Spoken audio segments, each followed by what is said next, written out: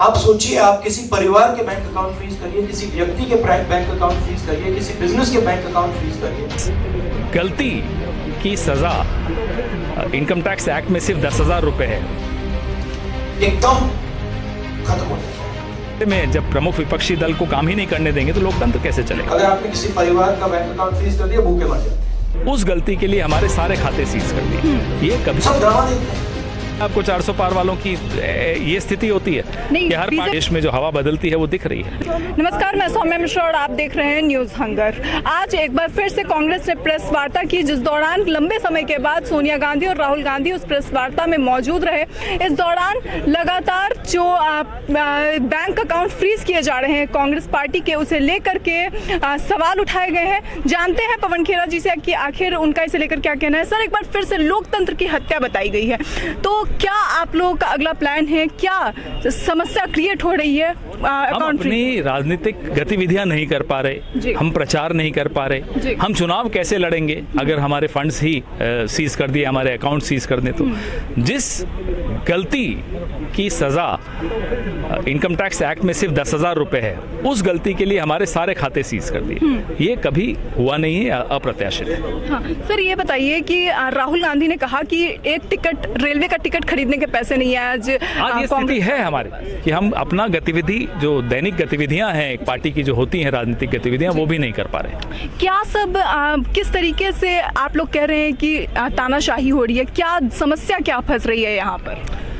आपके सामने है जी। हमारे को काम नहीं करने दिया जा रहा, लोकतंत्र को एक तरह से उसकी हत्या की जा रही है।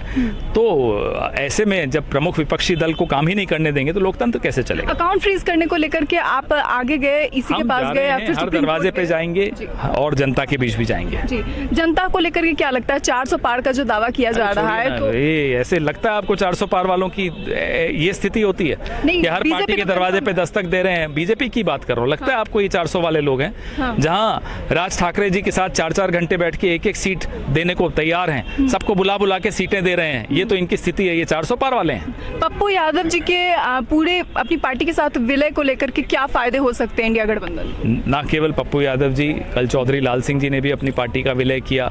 कल सुबह झारखंड के सचेतक जो भाजपा के हैं उन्होंने भी हमारी पार्टी में शामिल हुए, दानिश अली जी भी शामिल हुए। कई लोग लगातार, तेलंगाना हो, हरियाणा के सिटिंग एमपी, राजस्थान के सिटिंग एमपी और तेलंगाना में कई farmer MLA, sitting MLA join कर रहे हैं, एमपीज ज्वाइन कर रहे हैं। तो आपको इस देश में जो हवा बदलती है वो दिख रही है। राहुल गांधी के शक्ति के बयान पर बीजेपी लगातार उन पर कटाक्ष कर रही है। मोदी जी जहां जा रहे हैं असुरी शक्ति के साथ खड़े हैं, हम देवी शक्ति के साथ खड़े हैं। हमारे साथ देवी शक्ति है और इनके साथ असुरी शक्ति है। लड़ाई दो शक्तियों के बीच में है। देखते हैं कौन जीतता है। घोषणा पत्र में क्या क्या चीजों का ऐलान होगा एक बार?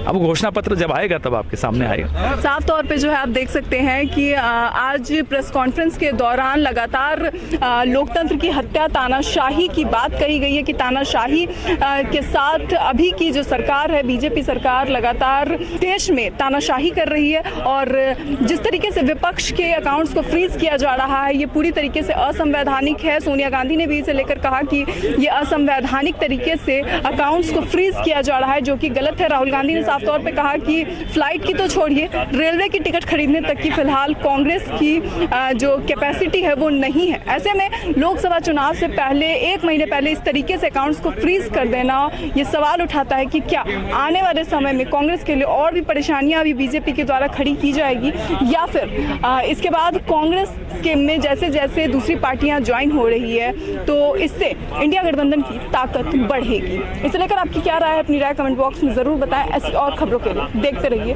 News hunger.